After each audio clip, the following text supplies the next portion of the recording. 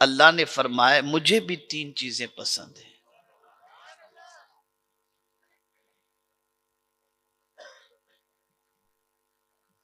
पहली चीज, गौर से सुनना, मैं अल्लाह की पसंद की बात करता हूं। सबकी पसंद का ख्याल करते हो ना।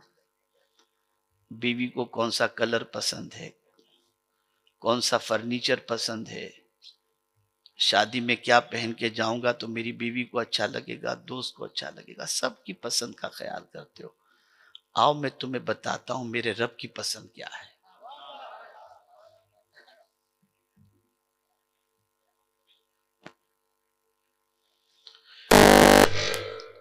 और मैं ये समझता हूं कि अल्लाह की पसंद का ख्याल रखा ही नहीं गया।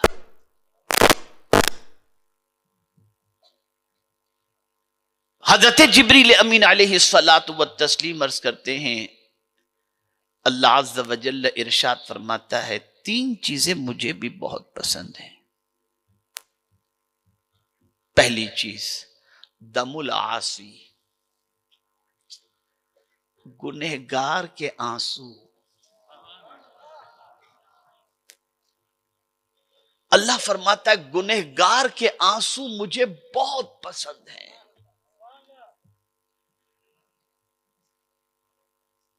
गुनहगार जब रोता है तो उसकी आंखों के आंसू अल्लाह को बहुत अच्छे लगते हैं। और आप नहीं जानते कि गुनहगार के आंसू का मकाम क्या है। हजरत अबू हुरैरा रदी अल्लाह तआला अन्हु रोते थे ना, तो आंसू को लेकर चेहरे पे, हाथ पे, सब जगह मल लेते थे।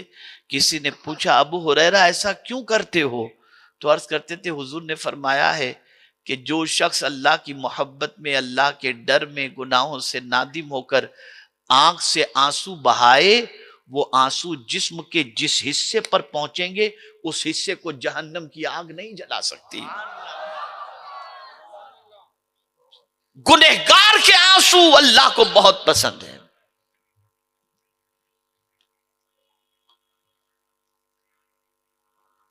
जब बंदा कोई अपने गुनाहों से नादिम होकर, शर्मिंदा होकर आंसू बहाता है, रोता है, कि रियोजारी करता है, मौला मुझे माफ फरमा दे, मौला मुझ पर करम की नजर फरमा दे, तो मौला फरिश्तों में फरमाता है ये बंदा जानता है कि मैं माफ करने वाला हूं, तभी तो माफी मांगता है ना। फरिश्तों गवाह हो जाओ मैंने माफ कर दिया। ए लोगो, पिक्चर के गाने और गजलें और इमोशनल अशार सुनकर रोने वालों, सीरियल के अंदर इमोशन सीन देख करके रोने वालों, कभी अल्लाह के डर से भी रोने की तौफीक नसीब हुई?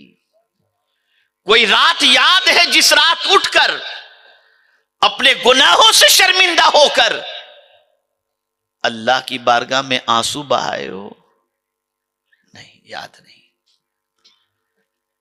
मैं यहां एक वाकया आपको सुना दूं। एक बाबा थे, बुजुर्ग थे, अल्लाह वाले थे। उनके पास कोई आता था तो खिलाते रहते थे। अब उनकी कोई खास ऐसी कमाई, तो कुछ काम धंधा ऐसा था नहीं। लोगों से कर्ज लेते थे, भाई तू इतना खाना भेज देना, इतना चावल भेज देना, हिसाब में लिख लो, हिसाब में लिख लो, देखा जाएगा। ये हो रहा था। बाबा हो गए बीमार, लोगों के पैसे बहुत चढ़ गए। अब लोग हुए परेशान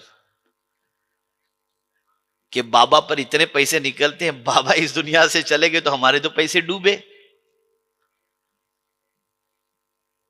तो सब ने प्लान बनाया कि चलते हैं बाबा के पास। सब पहुंचे बाबा के पास। बहुत गौर से सुनिएगा। बाबा के पास पहुंचे, बाबा कैसे हैं आप? बाबा मेरा इतना पैसा निकलता है। दूसरा बोलता है मेरा इतना निकलता है। तीसरा बोलता है मेरा इतना निकलता है। बाबा ने कहा बैठो बैठो बैठो बैठो बैठो। सबको बिठा दिया, सब बैठ गए।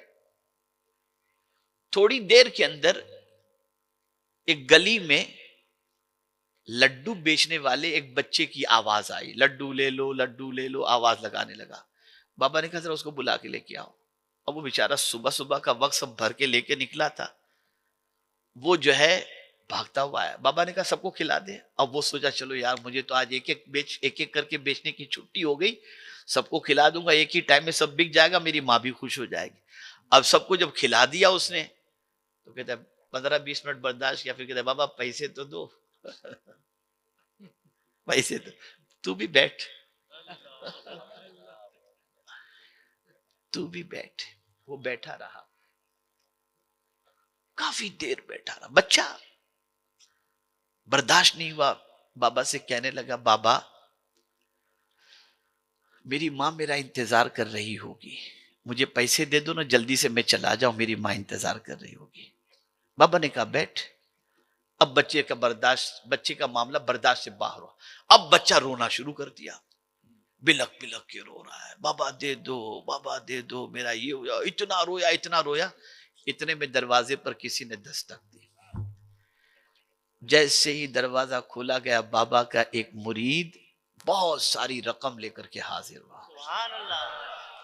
हुजूर इसे कबूल फरमा ले। लिया कि तुम्हारा कितना निकलता है, तुम्हारा कितना निकलता है, तुम्हारा सबको बांटा, बच्चे को भी बांट दिया। वो लोग हैरत में पड़ गए जो मांगने वाले थे। उन्होंने कहा बाबा ये तो बताओ कि इतनी देर से हम बैठे थे, कोई देने वाला नहीं आया, और ये बच्चा रोया तो देने वाला कैसे आ गया? तो बाबा फरमाते हैं सुनो, आंसू अगर निकलते हैं तो वो मेहरबानी फरमा ही देता है। तुम में कोई रोने वाला नहीं था, इसलिए कर्म नहीं हो रहा था। एक रोने वाला आ गया, सबका बेड़ा पार हो गया। ये यानी अगर कोई बेकरार है, लाचार है, मजबूर है, जब वो मुझसे दुआ करता है तो उसका दुआ करना मुझे बहुत पसंद है। आपको मैं बताऊं, दुनिया के किसी के पास भी जाकर के देख लो, रोना रोने वाले से कोई मोहब्बत नहीं करता। एक बार आप पहुंचे किसी मिनिस्टर के पास, यार तू तो बार बार आ जाता है, क्या तेरे पास, भाई इसको हटाओ, इसको जानिए, अभी आएगा रोना शुरू कर देगा। दुख वाले इंसान से कोई मोहब्बत नहीं करता। दुखियारे इंसान के दुख को कोई सुनने के लिए तैयार नहीं होता। किसी कहने वाले ने कहा लोगों के सामने रोया मत करो वरना तुम्हारा मजाक उड़ाएंगे। लोग तो हंसने वालों से मोहब्बत करते हैं, रोने वालों से नहीं। ये दुनिया वो जात है मेरे रब की जो बेकरारों से मोहब्बत करता है, बेकरारों की फरियाद सुनता है।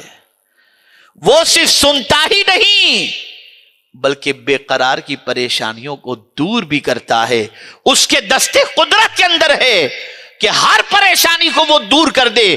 कोई बुराई ऐसी नहीं जिसको दूर करना उसके दस्ते कुदरत में ना हो।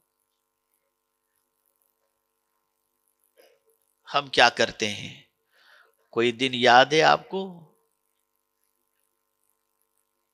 बेकरारी हुई तो जाके मस्जिद में बैठ गए और जाकर तिलावत कुरान मुक़द्दस। देखिए बात तिलावत की आई तो जिब्रील अमीन की तीसरी बात भी याद आ गई। ये कुरान का सदका है। जिब्रील अमीन अलैहिस्सलातु व तस्लीम ने दो बातें तो बता दी, इआनतुल मिस्कीन और इरशादुद्दालीन, भटके हुओं को रास्ता दिखाना और मिस्कीनों की मदद करना। और तीसरी बात कहते मुवानिसतो बिकलिमाति रब्बिल आलमीन, अल्लाह के कलाम से दिल को बहलाना, ये मुझे बहुत पसंद है।